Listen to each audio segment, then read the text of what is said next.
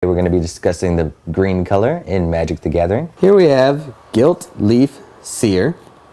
It's a very powerful elf. It's from the Land War set. He is a common and a 2/2. His converted mana cost is 2 and a 1, so his converted mana cost is 3. And once again, you're paying 3, you're getting 2, which means you're going to get an ability.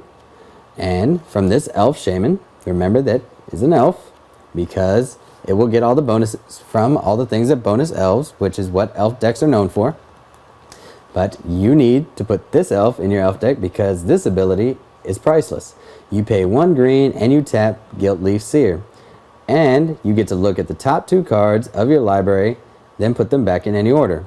This is essentially turning your green deck into a control cycling deck.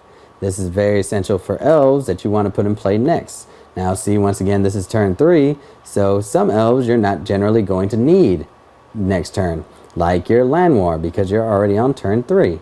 So you want to get to your bigger elves or the things that are going to make your elves even bigger. So you would pay a green, you would tap it, and you would search through the top 2, put them back in any order, or put them back in the order you see is most beneficial to you. And you can do this every turn to make sure that you get all the cards that you want.